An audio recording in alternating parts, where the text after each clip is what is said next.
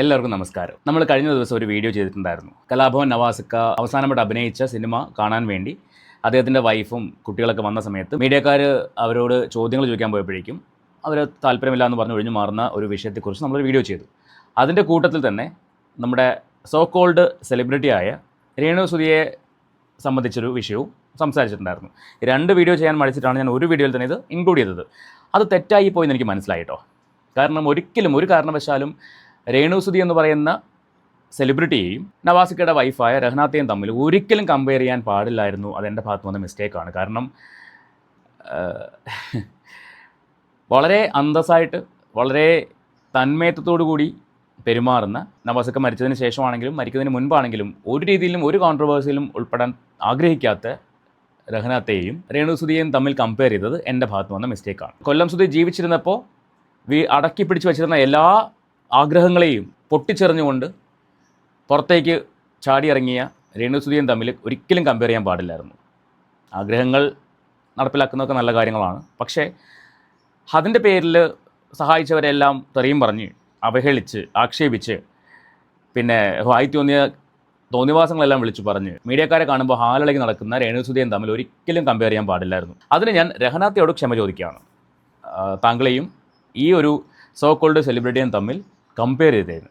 അപ്പോൾ ആ വീഡിയോയ്ക്കകത്ത് ഞാൻ പറഞ്ഞിട്ടുണ്ടായിരുന്നു, ഈ വീഡിയോ രേണു സുധിയുടെ അന്തം ഫാൻസിനുള്ളതല്ല.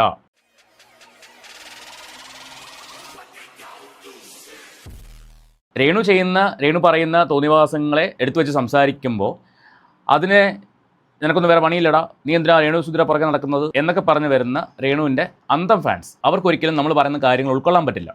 കാരണം രേണു എന്ത് ചെയ്താലും അത് മധുരമാണ്, മിഠായിയാണ് എന്ന് ചിന്തിക്കുന്ന ടീമുകളാണ് അവർ. അതിപ്പോൾ രാജ്യത്തെ അവഹേളിച്ചാലും ബിഷപ്പിനെ അവഹേളിച്ചാലും ആരെ അവഹേളിച്ചാലും അതെല്ലാം ഇവരെ സംബന്ധിച്ച് മൊഴിമുത്തുകളാണ്. അപ്പോൾ അങ്ങനെയുള്ളവർക്ക് വേണ്ടിയുള്ള വീഡിയോ അല്ല നമ്മൾ ചെയ്യുന്നത്. പക്ഷേ ഇവരൊക്കെ അങ്ങനെയുള്ള വീഡിയോകൾ മാത്രമേ കാണത്തുള്ളൂ. അതിപ്പം ഞാൻ ചെയ്താലായിക്കോട്ടെ മറ്റേതൊരു യൂട്യൂബേഴ്സ് ആയിക്കോട്ടെ, അവർ ചെയ്യുന്ന രേണുവിനെ എതിർത്ത് സംസാരിക്കുന്ന വീഡിയോകൾ മാത്രമേ കാണത്തുള്ളൂ. വേറെ നമ്മൾ എന്തൊക്കെ നല്ല വിഷയങ്ങളിട്ടാലും അവിടെയൊന്നും ഇവരെ പൊടി പോലും കാണത്തില്ല. മനസ്സിലായോ? സോഷ്യലി റെലവൻ്റ് ആയിട്ടുള്ള എന്തൊക്കെ വിഷയം ഇട്ടാലും അവിടെയൊന്നും ഈ പറഞ്ഞ അന്തം ഫാൻസിനെ കാണത്തില്ല. എന്നിട്ട് രേണുവിൻ്റെ വിഷയം സംസാരിക്കുമ്പോൾ അവിടെ വന്നിട്ട് നീയൊക്കെ രേണുവിനെ വിറ്റല്ലേ ജീവിക്കുന്നത്? അതേ ആണ്, സംശയമില്ല. ഇവിടെ ഇപ്പോൾ ഞാൻ ഈ ഒരു വിഷയം എടുക്കാൻ കാരണം നമ്മളെ എത്രമാത്രം വേണ്ടെന്ന് വെച്ചാലും പ്രൊവോക്ക് ചെയ്ത് വീഡിയോ ചെയ്യിപ്പിക്കും. അങ്ങനെ നടക്കുന്ന ഒരു വ്യക്തിയുണ്ട്, ബിന്ദു ആൻറ്റിക്കുള്ള മറുപടിയാണ് എൻ്റെ ഇന്നത്തെ വീഡിയോ. ബിന്ദു ആൻറ്റി ശരിക്കും പറഞ്ഞാൽ എനിക്ക് ബിന്ദു ആൻറ്റിയോട് ക്ഷമ ചോദിക്കാനുണ്ട്. ഞാൻ വീഡിയോ ചെയ്യാൻ വൈകിയതിൽ 2-3 ദിവസം മുൻപ് വന്ന കമൻറ്റാണ്. അപ്പോൾ ഞാൻ ഇത്രയും വൈകിപ്പിച്ചതിൽ ആൻറ്റി വെയിറ്റ് ചെയ്യിച്ചതിന് ഞാൻ ക്ഷമ ചോദിക്കുകയാണ്. ഞാൻ അങ്ങനെ വെയിറ്റ് ചെയ്യിക്കാൻ പാടില്ലായിരുന്നു, കയ്യോടെ തരേണ്ടതായിരുന്നു. പക്ഷേ കുറച്ച് തിരക്കുകൊണ്ടാണ് ഇത് വൈകിപ്പോയത്. അതിന് ഞാൻ ക്ഷമ ചോദിക്കുകയാണ്. ബിന്ദു ആൻറ്റിയുടെ കമൻറ്റ് നമുക്കൊന്ന് വായിച്ച് നോക്കാം. നല്ല രസമുണ്ട്, വായിക്കാൻ നല്ല രസമുണ്ട്. ഇതിൻ്റെ ഒരു ഗുളിക വേർഷൻ നമ്മുടെ ഷഫീന ചേച്ചി തന്നിട്ടുണ്ടായിരുന്നു ഇല്ലേ ആൻറ്റി? അതുകൊണ്ട് തൃപ്തിപ്പെട്ടെന്ന് എനിക്കറിയില്ല, എന്നാലും ഞാൻ പറയേണ്ടത് പറയണമല്ലോ, അതുകൊണ്ടാണ് ഞാൻ ഈ വീഡിയോ ചെയ്യുന്നത്. നമുക്ക് ആ കമൻറ്റ് ഒന്ന് വായിക്കാം. എടോ, രഹ്നയുടെ ഭർത്താവ് മരണപ്പെട്ടിട്ട് അധിക നാളായിട്ടില്ല. ഓക്കെ, ഒരു 2 വർഷം കഴിയുമ്പോൾ അവർക്ക് മാറ്റം ഉണ്ടാവും. അങ്ങനെയാണ് ജീവിതം. അതെ, മരിച്ച ഒരാളെക്കുറിച്ച് ലൈഫ് ലോങ് ചിന്തിച്ചിരിക്കണമെന്നോ അല്ലെങ്കിൽ ലൈഫ് ലോങ് അത് ഓർത്ത് കരഞ്ഞിരിക്കണമെന്നൊന്നും ഞാൻ പറയില്ല.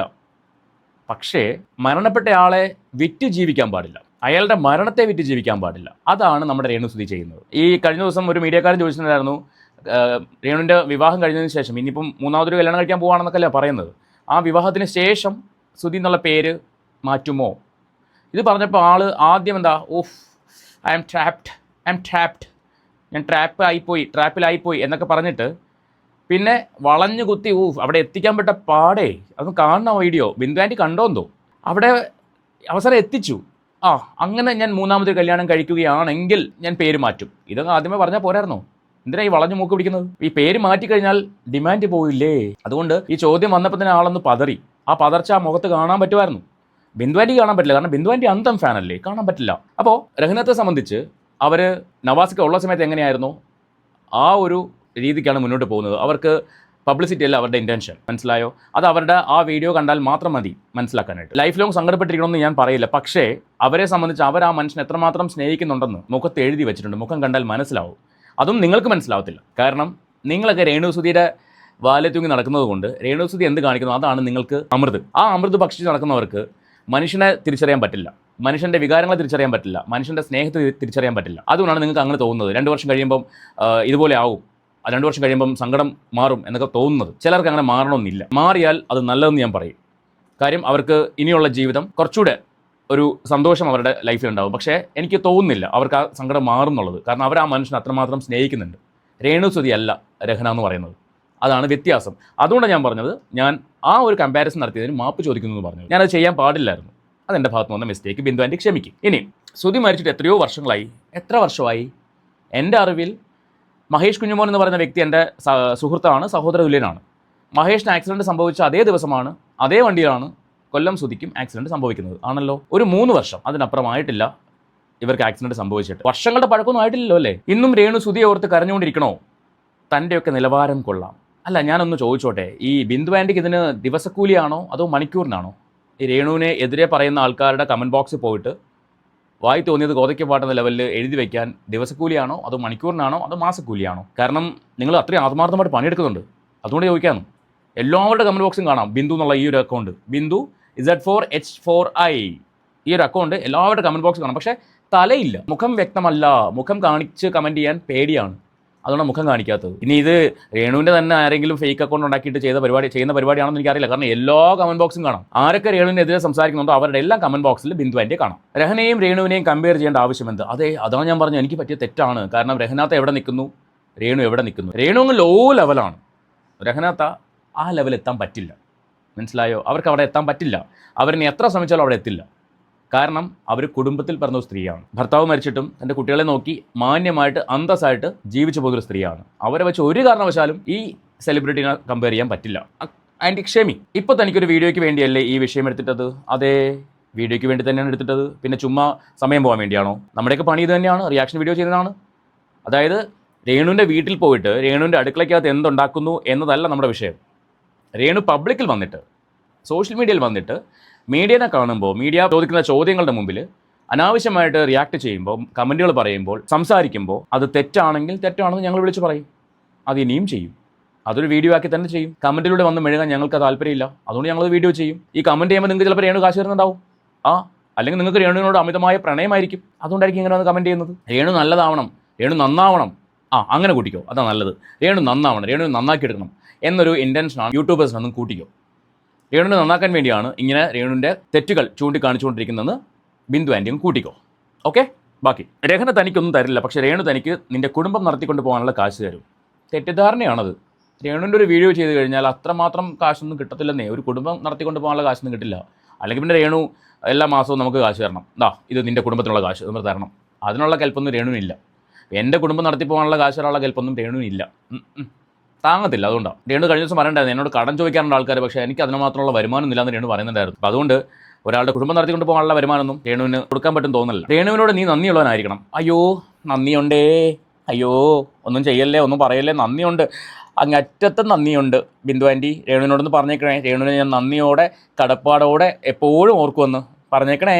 രഹനയുടെ കണ്ണീർ കണ്ടപ്പോൾ നിനക്ക് വിഷമമായി. 2.5 വർഷത്തോളമായി രേണുവിനെ സോഷ്യൽ മീഡിയയിൽ നിന്നെപ്പോലുള്ളവർ അപമാനിക്കുന്നു, ആക്ഷേപിക്കുന്നു, അവരുടെ കുടുംബത്തെ മുഴുവൻ തെറി വിളിക്കുന്നു.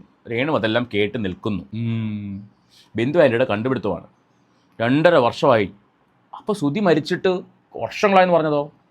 2.5 വർഷമായെന്ന് ആൻറ്റി തന്നെ പറയുന്നുണ്ട്. ഈ 2.5 വർഷങ്ങൾക്ക് ശേഷം, സുധി മരിച്ചതിന് ശേഷമാണല്ലോ രേണു സുധിയെ 10 പേര് അറിഞ്ഞു തുടങ്ങിയത് അല്ലേ? അതും ആ ലക്ഷ്മി നക്ഷത്ര കാരണം. ഇല്ലെങ്കിൽ ഒരു പട്ടിക്കുറുക്കനും അറിയാൻ പോകുന്നില്ല.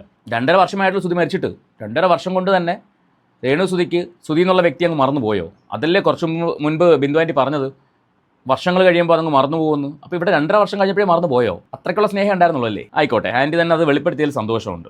അപ്പോൾ എനിക്ക് മനസ്സിലാവാത്ത കാര്യം, രേണുവിൻ്റെ കൂടെ നടക്കുന്നവരെല്ലാം രേണുവിനെ കുത്താൻ വേണ്ടി നടക്കുന്നവരാണോ?